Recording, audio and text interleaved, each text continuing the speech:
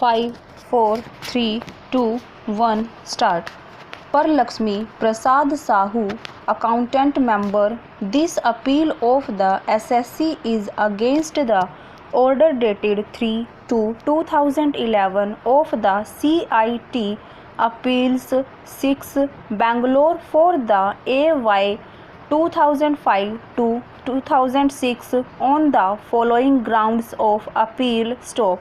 On the facts and in the circumstances of the case, the learned Commissioner of Income Tax failed to consider that the order of assessment passed by the assessing officer under section 143 within bracket 3 read with section 153A of the Act dated 31/12/2009 is void ab initio, as the assessment has been made on the ITA number 371/Bang/2011 appellant and not on the joint names of the persons in whose name the warrant exists. Stop stanza.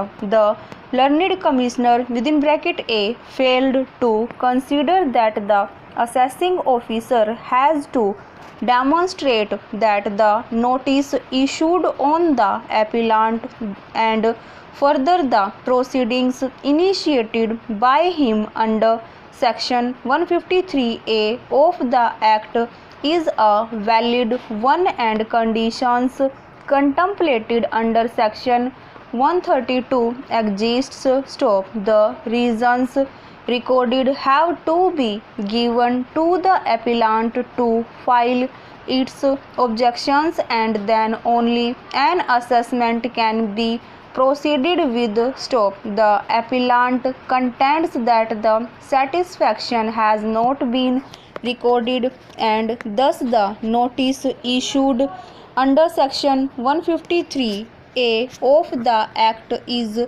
bad in law. Stop.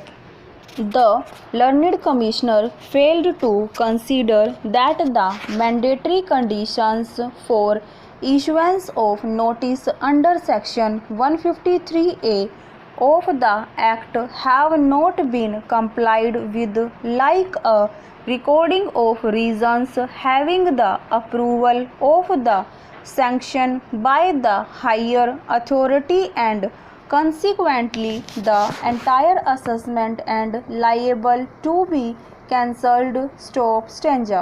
The learned Commissioner within bracket A ought to have allowed the aircraft expenses and depreciation on aircraft in full as claimed by the appellant. Stop. The learned Commissioner ought to have accepted the details provided by the appellant and refrained from considering the surmises and apprehension of the assessing authority to justify the percentage of disallowance of aircraft expenses as computed by him. Stop. The learned Commissioner within bracket A ought to have accepted the details provided by the appellant and refrained from considering the surmises and apprehension of the assessing authority to justify the percentage of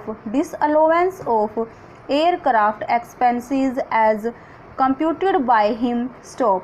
The learned assessing officer has levied interest under section 234B of the Act in the order of assessment passed under section 143 within bracket 3 read with section 153A of the Act, and the order does not indicate the rate, period, and on what quantum the interest is levied, and thus the computation of interest is not ITA number 371/Bang/2011 discernible from the order stop. The additions made by the assessing officer were not expected and have been made on the basis of erroneous assumptions of law and facts, and on this ground also the interest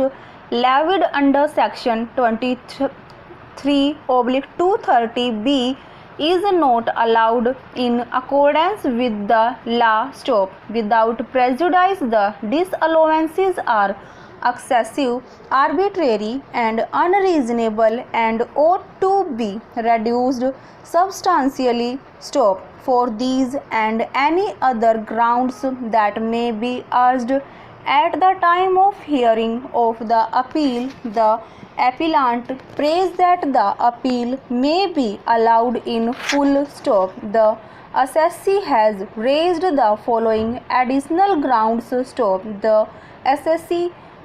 assessment order passed under section 153A is illegal and bad in law, as it deals with disallowances not based on any incriminating material found during the course of the search. Stop. The assessment order passed under section 153A is illegal and bad in law, as it has been passed in breach of section 153D. Stop. For the above and any other reasons which may be adduced at the time of hearing, it is prayed that the order of the assessing officer be directed to set aside. Stop. The appellant craves leave to add, alter or amend all or any of the aforesaid grounds of appeal. Stop. Since the additional grounds are legal in nature, relying on the following Honorable Supreme Court judgment in the case of Messrs. National Thermal Power Corporation Limited versus CIT 229 ITR 383 within bracket SC, the additional grounds are admitted. Stop. Stanza.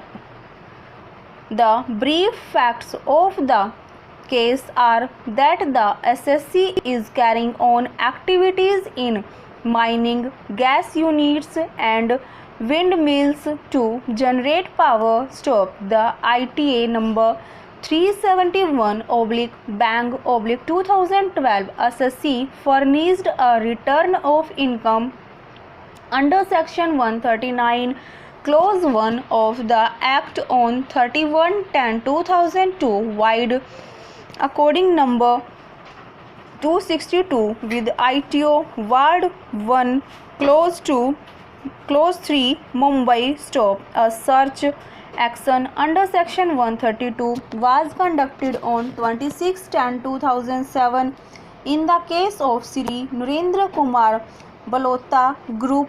Stop. Certain documents were found and seized from the premises of the SSC. Stop. Accordingly, a notice under section 153A of the Act was issued on 6/8/2008. In response to the notice under section 153A, the SSC filed a letter dated 20/8/2008 on 1/9/2008 stating that an earlier return filed on 31/10/2002 be treated as a return in response to notice under section 153A. Stop. Thereafter, statutory notices were issued to the SSC.